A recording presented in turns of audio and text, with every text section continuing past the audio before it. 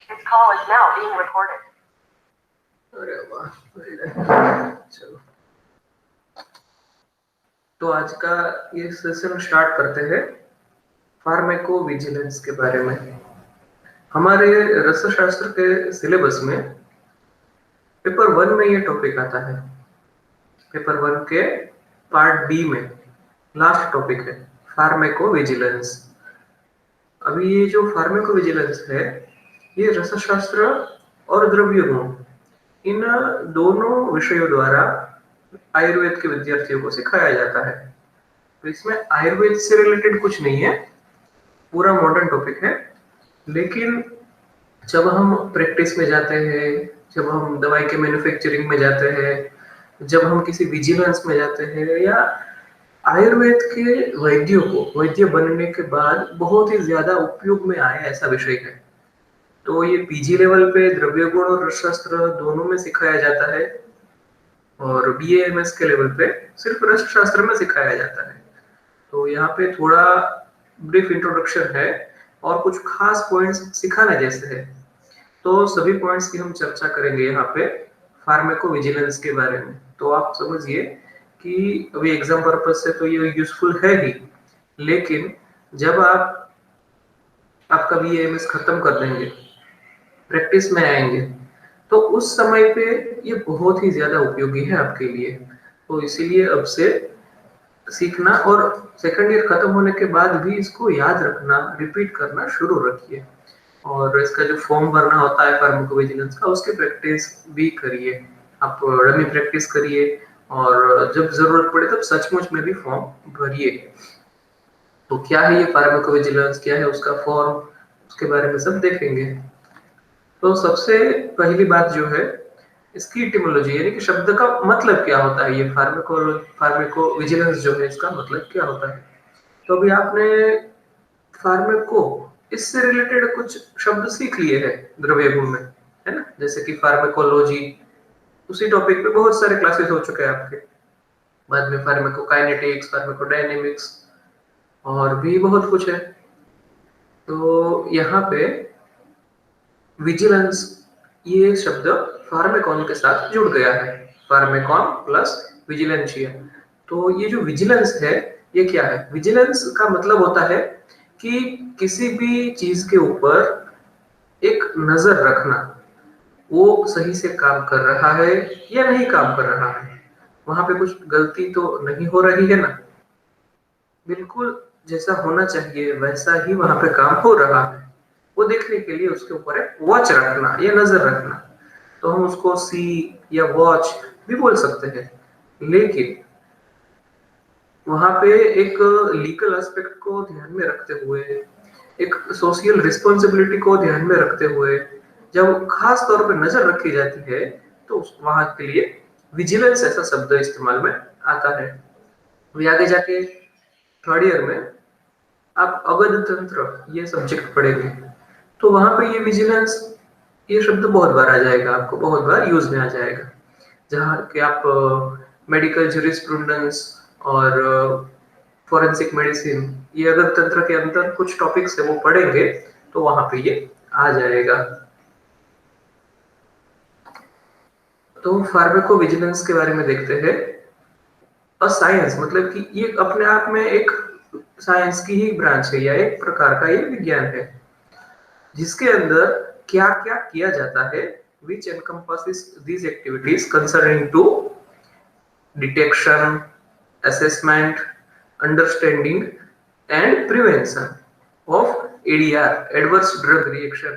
तो अभी ये शब्द आपको ध्यान में रखना है, ADR यानी कि एडवर्स ड्रग रिएक्शन, है ना, जिसको कॉमन भाषा में क्या बोलते हैं, साइड इफेक्ट। लेकिन साइड इफेक्ट और ADR में क्या फर्क है वो भी समझेंगे हम। तो दवाइयों की साइड इफेक्ट या एडवर्स ड्रग रिएक्शन, है ना, अगर होता है तो उसको डिटेक्ट करना है।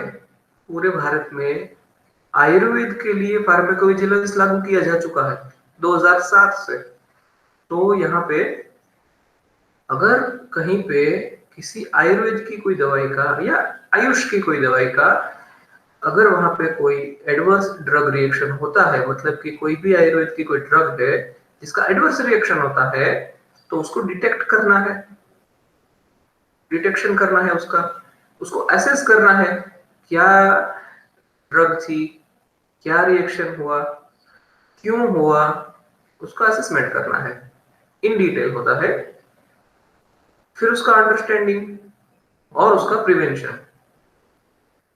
प्रिवेंशन कैसे होगा? जो कुछ भी एडीआर हुआ है, जो कुछ भी एडवर्स ड्रग रिएक्शन हुआ है, उसको पब्लिश करना है ताकि दूसरे सारे वैद्य इसके बारे में माहितगार हो जाए कि हाँ ऐसा ऐसा आइडिया होता है। तो अब हम अपनी प्रैक्टिस में ऐसा ख्याल रखेंगे कि आगे से ये आइडिया ना हो। अगर बहुत ही सीरियस केस होता है इस तरह का कुछ, तो वहां पे कुछ लीगल गाइडलाइंस भी जारी होती है कि इस तरह का दवाई का उपयोग करना ही नहीं है। तो ये बहुत सारी लीगल मैटर और खास करके प्रैक्टिस में हेल्पफुल हो जाए ऐसे मैटर इसमें आएगी फार्माकोविजिलेंस के अंदर। तो आप सभी बीएमएस खत्म करने के बाद प्रैक्टिस में जाने वाले हैं ना, तो उसमें ये आपको बहुत ही उपयोग में आ जाएगा। कुछ विद्यार्थी का ऐसा प्लान होगा कि बीएमएस तो हम कर रहे हैं, लेकिन बीएमएस के बाद तो हम जनरल प्रैक्टिस करने वाले हैं या एलोपैथी या मॉडर्न प्रैक्टिस करने वाले हैं। उनके लिए ये बहुत ही ज्यादा जरूरी है, क्योंकि ये जो फार्माकोविजिलेंस है ये आयुर्वेद के लिए तो अभी नया नया है। मतलब कि 2007 से शुरू हुआ, अभी तो 13 साल हुए हैं। बहुत बड़े पैमाने पे लागू किया गया है ऐसा नहीं है, लेकिन मॉडर्न मेडिसिन के लिए तो ये नया नहीं है, पुराना है और बहुत बड़े पैमाने पे लागू किया गया है ऑलरेडी। तो अगर आप जनरल प्रैक्टिस करना चाहते हैं तो आपके लिए ये बहुत ही ज्यादा सीखने की जरूरत है, क्योंकि प्रैक्टिस जब हम करते हैं, मेडिकल प्रैक्टिस करते हैं, तो वहां पे लीगल एस्पेक्ट्स बहुत ज्यादा ध्यान में रखने होते हैं। तो बहुत ही ध्यान से इस टॉपिक को सीखिए आप। अभी फार्माकोविजिलेंस के स्टडी के बारे में हम देखते हैं। इसके अंदर हमें कौन कौन से एस्पेक्ट है, कौन कौन से सब टॉपिक्स स्टडी करने हैं जब फार्माकोविजिलेंस सचमुच में होता है तब भी और अभी सीखने के लिए भी। तो इसके अंदर एनी ड्रग रिलेटेड प्रॉब्लम्स, हमारी दवाइयाँ जो कुछ भी है, हम वैशेज्य कल्पना में रस शास्त्र में बहुत सारी दवाइयाँ बनाते हैं और फिर आगे जाके 3rd 4 इयर्स में आपके क्लिनिकल सब्जेक्ट्स आएंगे तो आप इसको यूज करेंगे। जब आप प्रैक्टिस में उतरेंगे तो यही काम करना है, सभी दवाइयों को यूज करना है।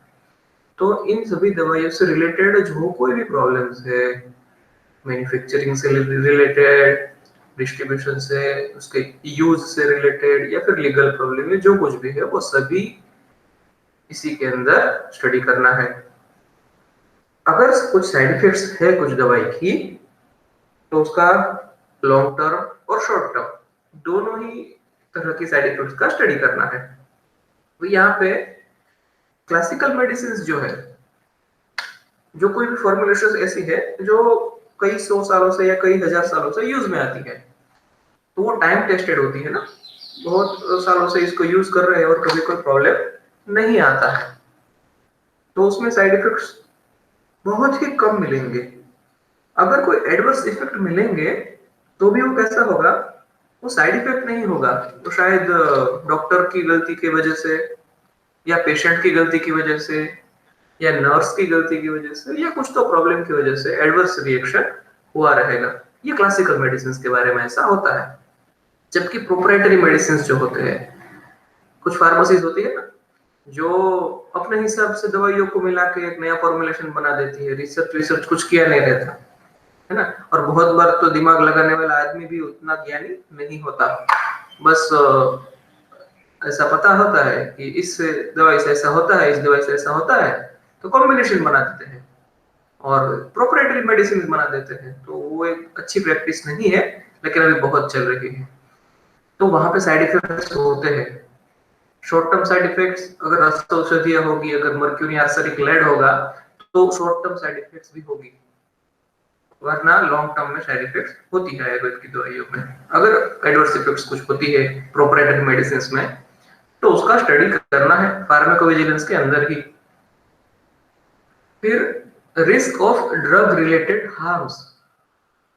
अभी यहाँ पे क्या है कि सिर्फ साइड इफेक्ट्स के बारे में नहीं है, लेकिन कुछ द्रव्य ऐसे होते हैं कि जिनको यूज करना ही रिस्की होता है। जैसे कि हमारे रसशास्त्र के द्रव्य होते हैं ना ये सब, इसीलिए इस टॉपिक को रसशास्त्र के अंडर में पढ़ाया जाता है। जैसे अभी बताया मर्क्यूरी, आर्सेनिक, लेड, ऐसे पॉइजनस सब्सटेंसेस जो है हम उसका उपयोग करते हैं और उसमें से दवाई बना के उसका यूज करते हैं। तो रिस्की तो है, अगर सही तरीके से उसको निर्विष नहीं किया गया है ना, सात्मिया नहीं किया गया, सॉरी सेंद्रिय नहीं किया गया, तो फिर हार्म होता है।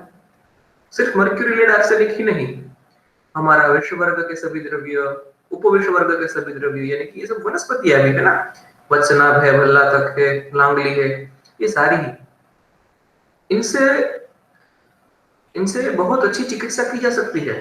लेकिन साइड बाय साइड एक रिस्क रहता है। तो अगर रिस्क है तो उससे रिलेटेड क्या हार्म हो सकते हैं, उसका भी स्टडी फार्माकोविजिलेंस में ही करना है। बाद में information from health care providers, अभी यहाँ पे इंफॉर्मेशन लेना रहता है, हेल्थ केयर प्रोवाइडर से ही मिलेगा ना, और कहां से मिलेगा? क्योंकि पेशेंट्स जो होते हैं इंडिया में बहुत ज्यादा इलिटरेट है। जो लिटरेट भी है उसमें से भी शायद ही कोई होंगे जो अपनी ट्रीटमेंट से रिलेटेड एस्पेक्ट्स को डॉक्टर के अलावा किसी और लीगल पर्सन्स के साथ भी डिस्कस करना चाहेंगे। मतलब होते हैं ऐसे लोग जो अच्छा काम करते हैं, लिटरेट होते हैं और फार्माकोविजिलेंस को सपोर्ट भी करते हैं, लेकिन उनकी संख्या बहुत ही कम है। तो फार्माकोविजिलेंस का काम आगे बढ़े उसके ऊपर हमें डिपेंड होना पड़ता है हेल्थ केयर प्रोवाइडर्स के ऊपर, यानी कि डॉक्टर्स, फार्मासिस्ट, नर्सिस और जो कोई भी हेल्थ केयर सेक्टर्स के साथ जुड़ा हुआ है उन सभी के साथ। तो इंफॉर्मेशन फ्रॉम मतलब कि उनसे हमें इंफॉर्मेशन लेनी होती है। डॉक्टर से क्या इंफॉर्मेशन लेनी होती है, उन्होंने कौन सी दवाई प्रिस्क्राइब की थी, कैसे एडमिनिस्टर करने के लिए पेशेंट को समझाया था, नर्स ने वहां पे एक्चुअल में एडमिनिस्ट्रेशन के समय पे क्या काम किया था, फार्मासिस्ट को पूछना पड़ेगा हमें कि ये दवाई जो है कौन से डॉक्टर ने प्रिस्क्राइब की है, आपने जब सेल की है तो कौन सी बैच की है, या अगर मैन्युफैक्चरिंग सेक्टर में कोई फार्मासिस्ट है तो उनको कि कैसे ये दवाई बनी थी, इस बैच की सारी डिटेल्स, ये सारी चीजें भी इसके अंदर आ जाएगी। तो वो सारी इंफॉर्मेशन हमें कलेक्ट करनी पड़ेगी, वो इंफॉर्मेशन होगी तभी तो फार्माकोविजिलेंस का काम आगे बढ़ेगा। तो वो सभी स्टडी करना है इसके अंदर, ऐसे करना है, उसका एक अच्छा सा फॉर्मेट बनाया हुआ है, वो हम इसमें सीखने वाले हैं। फिर prevention of harm to the patients, ये लास्ट पॉइंट है लेकिन सबसे ज्यादा जरूरी है। ये पूरा इतना सारा बड़ा फार्माकोविजिलेंस क्यों चला रहे हैं? सिर्फ इसी के लिए, prevention of harm to the patients. यही है ना सोशल रिस्पॉन्सिबिलिटी, कि पूरा हेल्थ केयर सेक्टर चल रहा है, दवाइयां बन रही है, पेशेंट्स को ठीक किया जा रहा है दवाइयां खिला के या दूसरी भी ट्रीटमेंट्स करवा के, जैसे कि पंचकर्म या और भी बहुत सारी। तो इन सभी में जो कुछ भी एरर्स हो रही है उसको कम किया जा सके, मिनिमम किया जा सके, और जो एरर्स है उसको पकड़ना है, उसी के लिए तो ये फार्माकोविजिलेंस चल रहा है।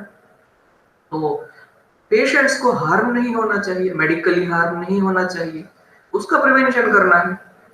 तो उसी का तो स्टडी करना है ना, मतलब कि ये सारा काम कर लिया ऊपर के 4 पॉइंट्स, फिर उसका निष्कर्ष क्या निकला, पेशेंट्स को जो मेडिकल हार्म हो रहा है वो प्रिवेंट हुआ कि नहीं हुआ, अगर हुआ तो कितना हुआ, वो सारा स्टडी करना है गाइस के अंदर। अभी अभी तक जितने भी पॉइंट्स बताए ना वो सारे same to same modern medical science में भी लागू होते थे। आयुर्वेद के लिए फार्माकोविजिलेंस नया है। अभी देखिए कि हर एक आयुर्वेद के हॉस्पिटल के अंदर फार्माकोविजिलेंस का एक सेंटर नहीं है, भविष्य में हो जाएगा। तो अभी पूरे इंडिया में जितने भी सेंटर्स है वहां पे क्या क्या रिपोर्टिंग होता है वो सब हम अभी से सीखेंगे, बीएमएस के स्टूडेंट्स ही सीखेंगे। तो वही आगे जाके उसमें से कुछ ना कुछ लोग फार्माकोविजिलेंस के सेक्टर में आगे बढ़ेंगे। तो आयुर्वेद के अंदर एडीआर फिलिंग, अगर एडीआर फाइल करना है हमें तो वो आयुर्वेद प्रैक्टिशनर्स के लिए नया है। कौन से आयुर्वेद प्रैक्टिशनर्स? जो लोग ऑलरेडी बीएमएस का, एमडी का, पीएचडी का स्टडी कर चुके हैं, बहुत सालों से प्रैक्टिस कर रहे हैं, तो उनको ट्रेडिशनल प्रैक्टिस मालूम है। लेकिन ऐसा एडीआर फाइलिंग करना होता है, ये उन्होंने कभी किया नहीं है, क्योंकि उस समय था ही नहीं आयुर्वेद के अंदर फार्माकोविजिलेंस। ये तो 2007 से ही इंट्रोड्यूस हुआ है, तो उनके लिए ये बहुत नया है। और आपको ये प्रॉब्लम नहीं होगा, क्योंकि आप अभी से सीख रहे हैं, बीएमएस के सेकंड ईयर से ही सीख रहे हैं। अभी अभी के जो आयुर्वेद प्रैक्टिशनर्स है, जो सचमुच में प्रैक्टिस कर रहे हैं अभी, उनको क्या पता है? ये जो पूरा कॉन्सेप्ट है ना फार्माकोविजिलेंस का, वो मॉडर्न साइंस के नजरिए से उनको नहीं पता है, लेकिन उसका जो हार्द है वो उनको पता है। रसाशास्त्र में हम सीखते हैं कि ये द्रव्य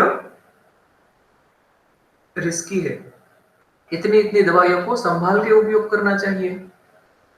अगर हमें हरताल का, मनोशिला का, समीर पन्नागरस का, कुछ ऐसी रसौषधियों का उपयोग करना है, कुछ विषय द्रव्यों युक्त दवाइयों का, जैसे कि संजीवनी बट्टी का उपयोग करना है, तो हमें कुछ प्रिकॉशंस रखने चाहिए। और सिर्फ प्रिकॉशंस रखना उतना काफी नहीं है। अगर कुछ प्रॉब्लम हो गया, अगर संजीवनी बट्टी खाने के बाद किसी को चक्कर आ गए, पूरे शरीर में खुजली स्टार्ट हो गई, तो उसका मैनेजमेंट करना भी आयुर्वेद के वैद्य की ही जिम्मेदारी है। तो पता चलना चाहिए उसमें कि वहां पे बल्ला तक जो है अच्छे से शुद्ध नहीं किया होगा, जो संजीवनी बट्टी के अंदर डाला हुआ था। तो उसका मैनेजमेंट कैसे करना, वो भी हमारे शास्त्र में बताया गया है, और हम सीखते ही है और एक्चुअल में प्रैक्टिस भी करते हैं। तो ये सब चीजें उनको पता है, जो अभी प्रैक्टिस कर रहे हैं उनको, कि हाँ इससे ये प्रॉब्लम क्रिएट हो सकता है, और इस दवाई से जो प्रॉब्लम क्रिएट हुआ है, ये उसका सॉल्यूशन है।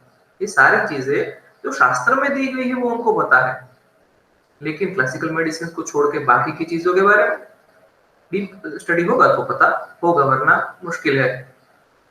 तो अगर फार्माकोविजिलेंस को इंट्रोड्यूस किया जाता है, तो वहां से हमें बहुत सारे एडीआर के बारे में एक्सेस मिल जाती है, बहुत सारे एडवर्स ड्रग रिएक्शन जो रिपोर्ट किए गए हैं किसी वैद्यों के द्वारा, किसी विजिलेंस ऑफिसर के द्वारा, है ना, अलग अलग जगह से। जब भी एडीआर रिपोर्ट किए जाते हैं, तो उसको डायरेक्टली पब्लिश किया जाता है, मतलब कि उसका असेसमेंट वगैरह सब चीजें होने के बाद उसको पब्लिश किया जाता है। क्यों पब्लिश किया जाता है? दूसरे फिजिशियंस के लिए, और अगर लिटरेट है तो पेशेंट्स के लिए भी, पेशेंट्स भी उसको पढ़ सकते हैं अगर उनको समझ में आता है, अगर वो पढ़े लिखे हैं तो ये ओपन एक्सेस होता है, यानी कि सब लोग उसको देख सकते हैं। जब एडीआर एक कंप्लीट हो जाता है, उसको ऑनलाइन पब्लिश किया जाता है, और उससे हम सीख सकते हैं। जो प्रैक्टिसिंग फिजिशियंस है, वो एडीआर को पढ़ के सीख सकते हैं कि हाँ ऐसा ऐसा एडवर्स रिएक्शन होता है, ड्रग का रिएक्शन, ऐसा ऐसा एडवर्स ड्रग रिएक्शन होता है, तो हमें ये प्रिकॉशंस रखने चाहिए, ऐसा ऐसा मैनेजमेंट करना चाहिए। तो ये उनके लिए बहुत यूजफुल है, क्योंकि अदर देन क्लासिक्स जो कुछ भी एडवर्स ड्रग रिएक्शन होंगे, तो वो यहाँ पे उनको, उनका जो कंटिन्यूइंग ऑफ मेडिकल एजुकेशन है उसके लिए यूजफुल हो जाएगा। और दूसरा, पेशेंट्स के लिए बहुत क्या जरूरी है कि एक जनरल बिलीफ होती है कि आयुर्वेदिक मेडिसिन में कोई साइड इफेक्ट्स नहीं होती, है ना। तो ये जो बिलीफ है, एक्चुअली ये फॉल्स बिलीफ है। साइड इफेक्ट्स नहीं होती, लेकिन एडवर्स इफेक्ट्स होती है ना। ऐसा नहीं है कि ये एंटीबायोटिक खा लिया तो आपको जुलाब हो ही जाएगा, उसको साइड इफेक्ट बोलते हैं। ऐसा नहीं होता है आयुर्वेद में, लेकिन ऐसा चांसेस होता है कि एडवर्स इफेक्ट साइड इफेक्ट के जैसा ही एडवर्स इफेक्ट हो। मतलब क्या, कि हमें पता है कि भाई एक भल्लातक युक्त औषधि दी है, अगर वो कंप्लीटली शुद्ध किया हुआ भल्लातक है और उसके बाद भल्लातक युक्त औषधि खिलाई है, तो कुछ प्रॉब्लम नहीं होने वाला है। उस समय ये भी ख्याल रखा होना चाहिए ना कि पित्त प्रकृति का प्रश्न नहीं है। लेकिन अगर उसमें से दवाई बनाते समय, पेशेंट का असेसमेंट, प्रकृति असेसमेंट करते समय, अगर कहीं पे भी कुछ भी एरर रही है, हाइड्रोजेनिक एरर रही है, तो वहां पे एडवर्स रिएक्शन होना है। पेशेंट्स क्या समझते हैं, आयुर्वेद का दवाई है ना, चलो खा लेते हैं, ठीक हुए तो ठीक, नहीं हुए तो भी कोई साइड इफेक्ट तो नहीं है। लेकिन ऐसा नहीं होता, ये बिलीफ गलत है। तो ये बिलीफ गलत है और ये बिलीफ गलत साबित होगी, फार्माकोविजिलेंस की वजह से गलत साबित होगी। तो फार्माकोविजिलेंस को आयुर्वेद में इंट्रोड्यूस करने के इतने सारे जरूरत या उसके फायदे हैं। अभी ये आपको सभी को पता है, ट्रीटमेंट के 4 पिलर्स होते हैं, है ना। विषय, द्रव्याणु, रोगी, उपस्थता, आप ये सब जाने हुए हैं पहले से, फर्स्ट ईयर से ये आ गया है। ये चारों ही जरूरी है। अगर ये चारों हो तो ही ट्रीटमेंट अच्छी हो सकती है, सही हो सकती है। लेकिन ये चारों ही एक दूसरे को हार्म नहीं करने चाहिए। तो उसके लिए फार्माकोविजिलेंस और दूसरे भी अलग अलग तरह के विजिलेंस अस्तित्व में है। जैसे कि उपस्थाता जो है वो बिशप को प्रॉब्लम क्रिएट नहीं करना चाहिए। रोगी जो है वो उपस्थाता और बिशप को प्रॉब्लम क्रिएट नहीं करना चाहिए। द्रव्य जो है, द्रव्य यानी कि हमारी दवाई, वो डॉक्टर को, नर्स को या पेशेंट को, किसी को भी प्रॉब्लम क्रिएट नहीं करना चाहिए, है ना। ये तो बहुत ही जरूरी है, एश्योर करना है। तो सेफली सारा ट्रीटमेंट सिस्टम चलता रहे और एफिकेसी भी डाउन ना हो, इफेक्टिव भी रहे। इन सभी का रीअश्योरेंस करने के लिए, यानी कि एश्योर तो है ही, हम इन सभी को ख्याल में रख के ही चलते हैं, लेकिन अगेन कोई एरर क्रिएट ना हो, प्रॉब्लम क्रिएट ना हो, उसके लिए रीअश्योरेंस जरूरी है।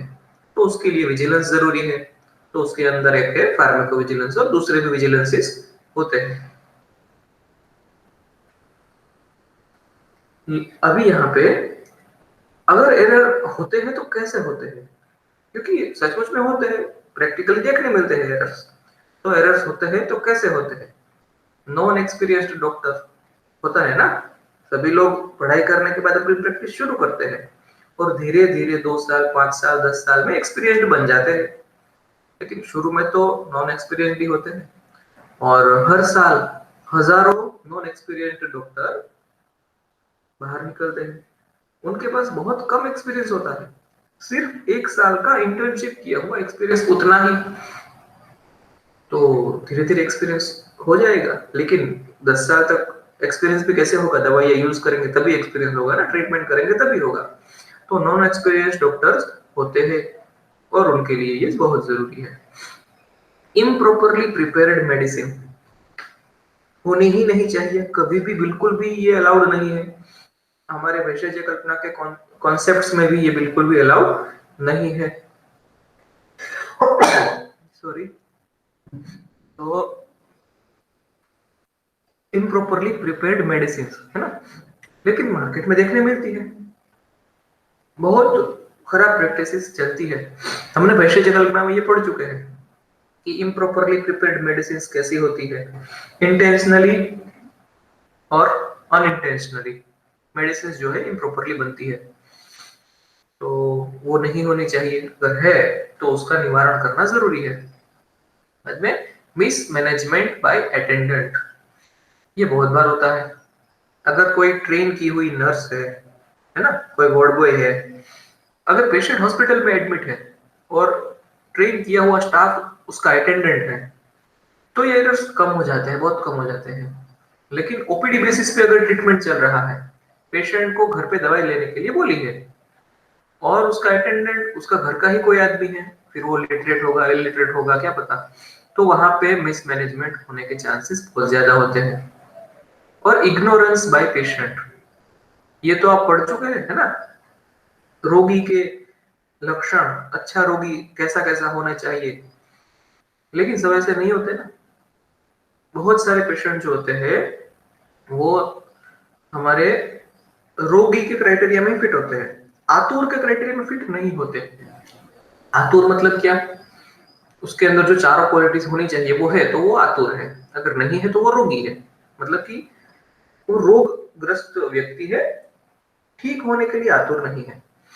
तो ये सारे चारों ही जो पिलर है उसमें लैक होते हैं, मतलब कि वहां पे कुछ ना कुछ कमियां होती है। लेकिन बाकी के जो 3 हैं, डॉक्टर, अटेंडेंट और पेशेंट, इन तीनों के बारे में अलग से ट्रेनिंग दी जाती है। ये तीनों ही जीवंत है, देख लीजिए। डॉक्टर, अटेंडेंट और पेशेंट, ये तीनों ही जीवंत व्यक्ति है, तो उनको ट्रेनिंग के द्वारा सिखाया जा सकता है और इस तरह से जन जागृति भी होती रहती है। लेकिन मेडिसिन ये जीवंत व्यक्ति नहीं है ना? ये तो एक वस्तु है, व्यक्ति नहीं है। तो वहां पे जन जागृति का या उसको सिखाने का कोई अ, मतलब ही नहीं है। हाँ, हम फार्मास्यूटिकल सेक्टर में जो लोग हैं उनको सिखा सकते हैं। अगर अनइंटेंशनली वो सही दवाई नहीं बन पाती, उनसे कुछ एरर्स रह जाती है, तो हम उनको सिखाते हैं। और सिर्फ सिखाते नहीं, बहुत सारे कायदे कानून भी लागू करके हम उनको प्रॉपर मेडिसिन बनाने के लिए हम उनको बताते हैं या उनको फर्ज में भी ला सकते हैं। लेकिन जो इंटेंशनली ही खराब दवाई बनाते हैं तो, और कुछ दवाई ही ऐसी होती है तो कि जिसमें साइड इफेक्ट्स हो, इसीलिए अभी यहाँ पे मेन फोकस है एडीआर पे, एडवर्स ड्रग रिएक्शन पे, है ना?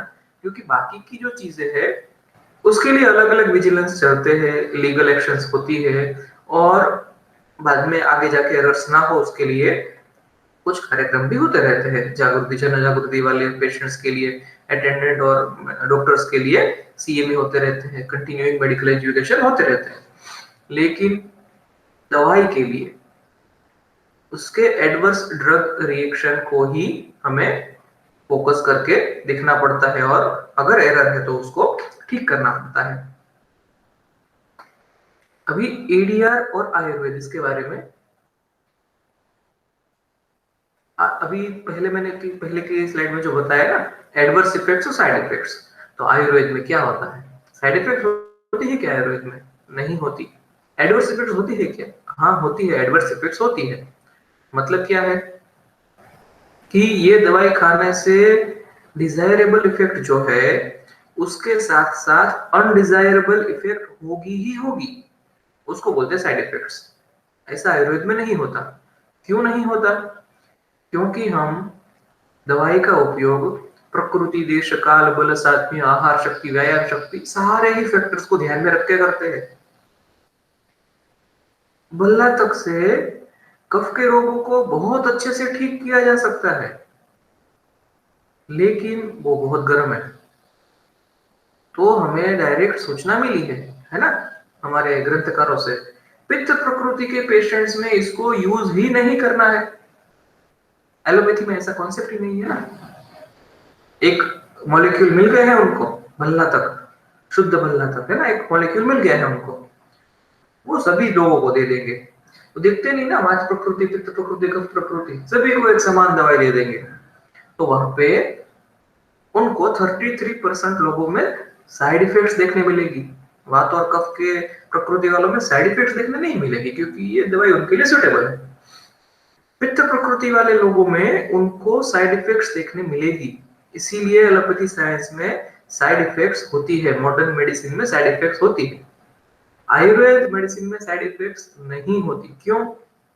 क्योंकि हमने देखा है कि पेशेंट की पित्त प्रकृति है, उसको भल्ला तक नहीं खिलाएंगे, साइड इफेक्ट नहीं होगी, है ना? लेकिन एडवर्स इफेक्ट होती है। कैसे होती है एडवर्स इफेक्ट?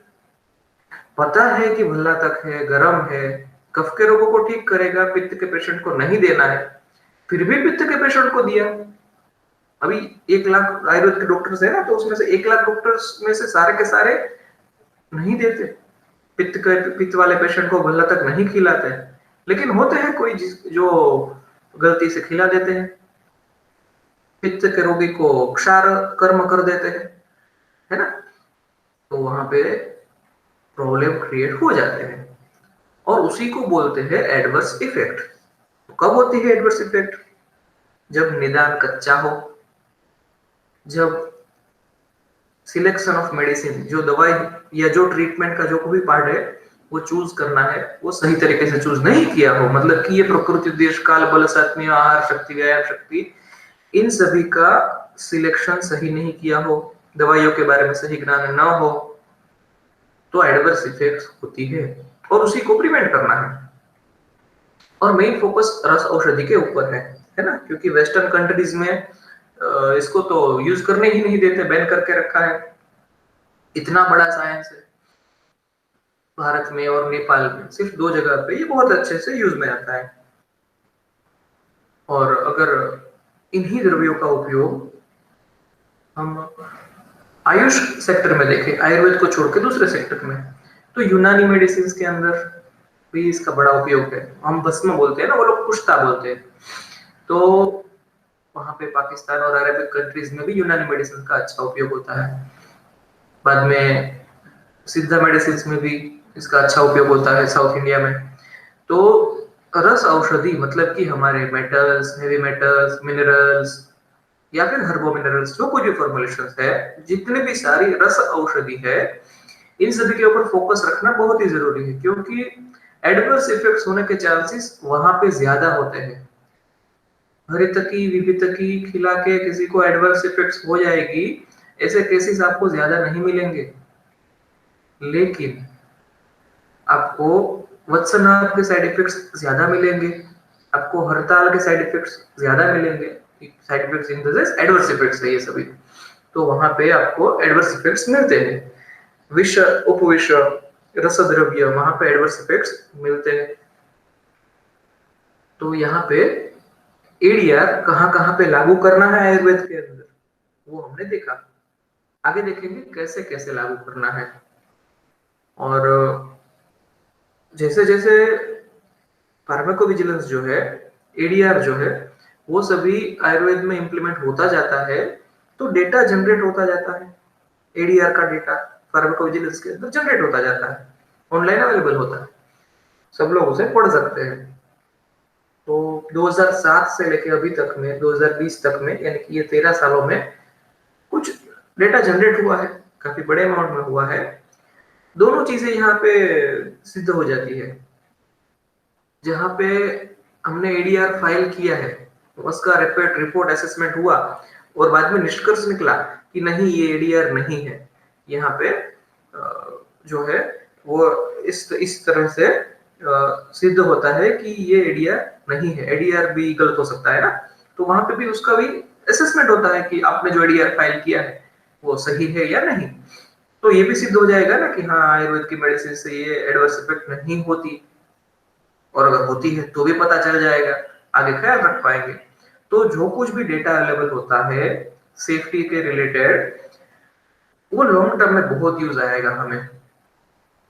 मतलब कि अगर शॉर्ट टर्म के बारे में देखेंगे ना, तो ये तो एक काम बढ़ गया जैसा हो गया ना, ये पेशेंट्स को तो हम ट्रीट करना था, उसके साथ साथ ये एडीआर फाइल करना हमारा एक काम बढ़ गया, ऐसा होता है। लेकिन लॉन्ग टर्म के लिए हमें ही हमारी 20 साल की प्रैक्टिस के बाद के लिए, हमारे आने वाली जनरेशन्स के लिए, है ना, हम सब 20 साल 50 साल बाद जो आयुर्वेद के डॉक्टर्स बनेंगे उनके लिए ये बहुत ही ज्यादा यूजफुल हो जाएगा। इसीलिए हम इसको इम्प्लीमेंट कर रहे हैं। अभी यहाँ पे एक नीड देखते हैं, फार्माकोविजिलेंस क्यों जरूरी है। तो आपको ऐसे तो पता चल गया कि क्यों क्यों जरूरी है, लेकिन आप यहाँ पे 21वीं सदी में ही जी रहे हैं, इसलिए आपको अच्छे से समझ में आ गया है। जो प्रैक्टिशनर्स है, जो 50 साल 70 साल 80 साल के हैं, उनको थोड़ा अलग लगेगा, क्योंकि वहां पे वो खुद ही दवाई बनाते हैं, अपने पेशेंट्स को खुद ही खिलाते हैं, जो ट्रेडिशनल सिस्टम ऑफ मेडिसिन है ऐसा करते हैं। अभी का जमाना थोड़ा चेंज हो चुका है, तो क्या चेंज है वो समझना जरूरी है।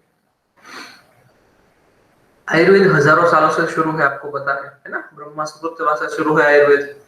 लेकिन उसका रिकॉग्निशन होना कि हाँ, आयुर्वेद भी एक मेडिकल सिस्टम है, उसका रिकॉग्निशन होना, फॉर्मल रिकॉग्निशन होना 19वीं सदी की शुरुआत में, यानी कि 1810 1820 उस तरह से शुरू हुआ।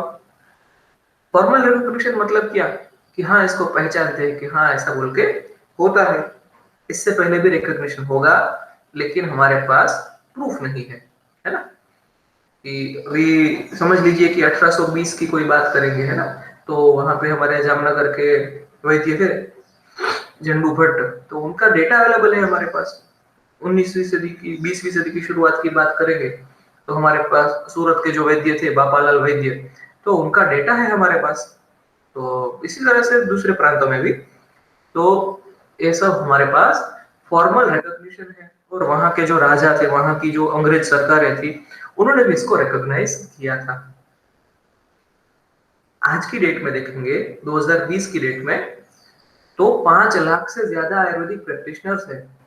5 लाख ये बहुत बड़ा नंबर होता है ना, अगर ये नंबर डॉक्टर्स का है तो। पॉपुलेशन का गिनेंगे तो 5 लाख एक सिटी से भी कम होता है, लेकिन अगर हम डॉक्टर्स का नंबर गिनेंगे तो ये बहुत बड़ा नंबर होता है। और उसके साथ साथ इन सभी को हैंडल करना, सभी को कंटिन्यू मेडिकल एजुकेशन देना, सब अलग अलग जगह पे है भारत में। और वो भी ऐसे जमाने पे जहाँ पे अर्बनाइजेशन हो रहा है, यानी कि लोग गांव को छोड़ के शहर में ज्यादा बस रहे हैं। तो उस समय पे रेडीमेड प्रिपरेशंस के ऊपर डिपेंडेंसी बढ़ रही है। खुद कुछ पत्ते तोड़ के आना, उसका चटनी बना के खाना, यमकूट चूर्ण लेकर फिर उसका काढ़ा उबाल के पीना, ये चीजें बहुत कम हो गई है। लोग बोलते हैं एक टेबलेट कैप्सूल दे दो, शाम तक ठीक नहीं होना है, अभी के अभी ठीक होना है, इंजेक्शन दे दो। ऐसी पेशेंट्स की डिमांड होती है डॉक्टर के पास। तो ऐसे रेडीमेड प्रिपरेशंस का चलन आज के समय में बहुत बढ़ गया है, अर्बनाइजेशन होने की वजह से, सिटी में रहने की वजह से। तो ये समय की मांग है कि हमें इन सभी चीजों में सेफ्टी लागू करनी जरूरी है। और दूसरी एक चीज क्या बढ़ गई है, पेटेंट और प्रोप्राइटरी मेडिसिन, प्रोप्राइटरी फॉर्मुलेशंस बहुत ही ज्यादा है अभी के समय में। क्यों? क्योंकि कमर्शियलाइजेशन हुआ है इसलिए। पहले लोग त्रिफला चूर्ण खाते थे और पेट की समस्या से निजात पाते थे, हिंगवाष्टक चूर्ण खाते थे और अच्छे से पाचन हो जाता था। अभी ऐसा नहीं है, अभी वो पेट सफा खाएंगे, अभी वो हाजमोला खाएंगे। ये क्या है? ये पेटेंट प्रोप्राइटरी मेडिसिन है ना। तो उसकी सेफ्टी, उसका क्या इफिकेसी के बारे में तो कोई प्रॉब्लम नहीं जाएगा ना, उसके बारे में तो वो बनाने वाली कंपनी एडवर्टाइज करेगी कि भाई पेट सफा खाओ, वो राजू श्रीवास्तव एड में आता है ना, ठीक हो जाता है। हाजमोला तो क्या, पान की दुकान वाला भी उसके बारे में बता देगा कि हाजमोला खा लो। तो इफिकेसी तो है उसकी, इफेक्टिव है, तभी तो ये मार्केट में चल रही है ये सारी दवाइयां। लेकिन ये कितनी सेफ है? पेटेंट और प्रोप्राइटरी मेडिसिन, उसका डेटा होना चाहिए, तभी तो डॉक्टर्स को पता चलेगा कि ऐसी दवाई पेशेंट्स ले सकते हैं या नहीं ले सकते, इसको शुरू रखना चाहिए, बंद करवाना चाहिए। तो उसके के लिए फार्माकोविजिलेंस चाहिए हमें इसके अंदर, आयुर्वेद के अंदर। इसीलिए ये 2007 से शुरू किया गया था और फिर बाद में कुछ साल बंद भी रहा बीच में, लेकिन अभी अच्छे से चल रहा है। तो उसके लिए नेशनल फार्माकोविजिलेंस प्रोग्राम लागू किया गया, एनपीपी। अभी आप इसको याद रखिए, है ना, एनपीपी यानी कि नेशनल फार्माकोविजिलेंस प्रोग्राम। तो national pharmacovigilance programme modern medicine के लिए तो था पहले से, लेकिन आयुर्वेद के लिए ये शुरू हो गया 2007 में।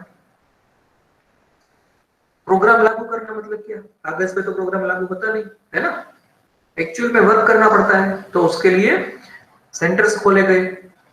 तो इसका सबसे पहला जो सेंटर है पूरे देश में, नेशनल फार्माकोविजिलेंस का जो सबसे पहला सेंटर है, वो हमारे जामनगर में गुजरात आयुर्वेद यूनिवर्सिटी के अंदर शुरू हुआ, आयुर्वेद के लिए फार्माकोविजिलेंस लागू करने के लिए। उस समय पे all India institute of Ayurveda था ही नहीं, तो जो सबसे बड़ा सेंटर था वो गुजरात आयुर्वेद यूनिवर्सिटी ही था। तो उसी को पूरे देश का नेशनल सेंटर बनाया गया और उसके अंडर में काम करने वाले बहुत सारे दूसरे रीजनल सेंटर्स भी बनाए गए। तो पूरे कंट्री में ऐसे फार्माकोविजिलेंस सेंटर एस्टैब्लिश किए गए। अभी ऐसे सेंटर एस्टैब्लिश करके क्या होगा, सबसे पहला काम तो वहां पे एडीआर फाइलिंग होगा। और अभी के समय में 2019 या 2020 में भी इसी के ऊपर फोकस किया जा रहा है कि पहला काम है एडीआर फाइल करो, बहुत सारे एडीआर जो है वो फाइल करो, वही काम है सबसे ज्यादा।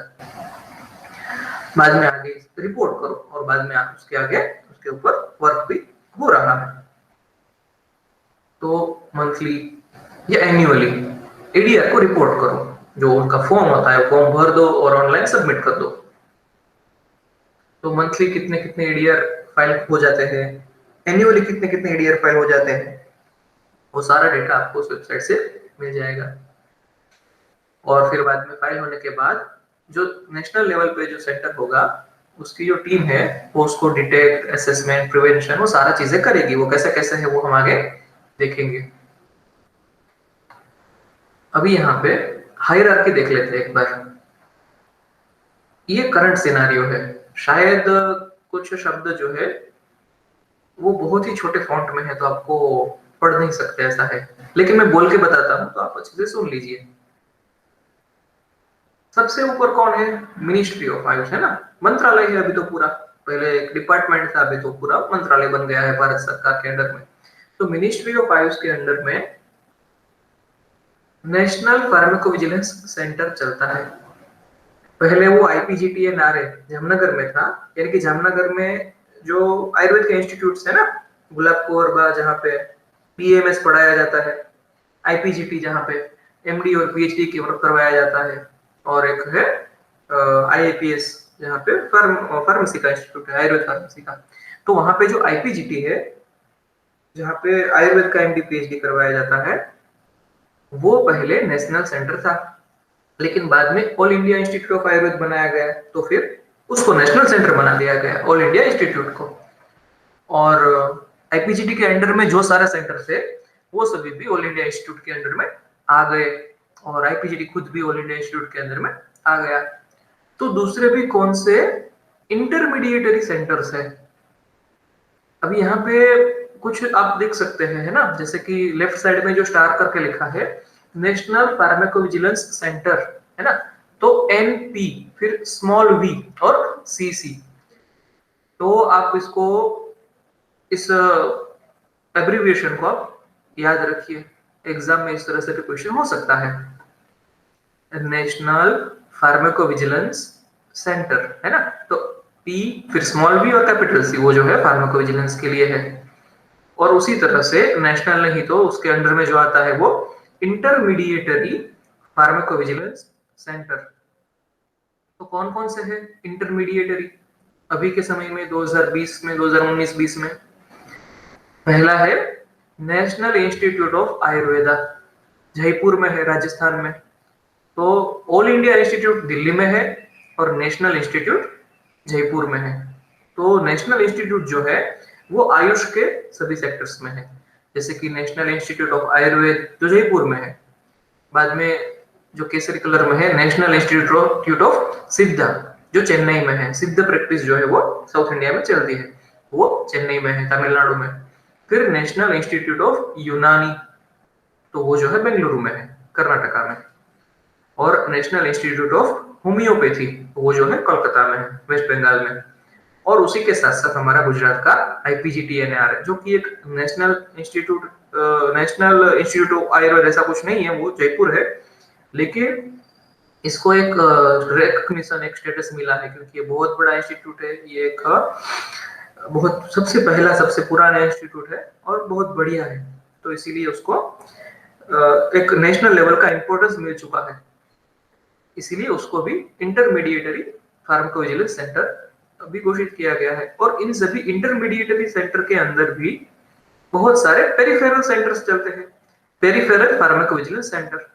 तो अभी यहाँ पे जो है 42 नाम दिखाई दे रहे हैं ना आपको, तो आपको सभी नाम याद रखने की जरूरत नहीं है, लेकिन ये बढ़ते जाएंगे। अभी अभी जैसे 2019 के अंदर जो मीटिंग हुआ था जामनगर में, तो वहां पे उन्होंने हमें बताया था कि ये जो 42 है उसका पहला टारगेट है कि 42 से आगे जाके उसको 100 करना है, जो पेरिफेरल सेंटर्स है वो भी 100 हो जाएंगे। मतलब कि और नए नए फार्माको विजिलेंस के सेंटर खुलेंगे, वहां पे काम शुरू हो जाएगा 1-2 साल में आगे।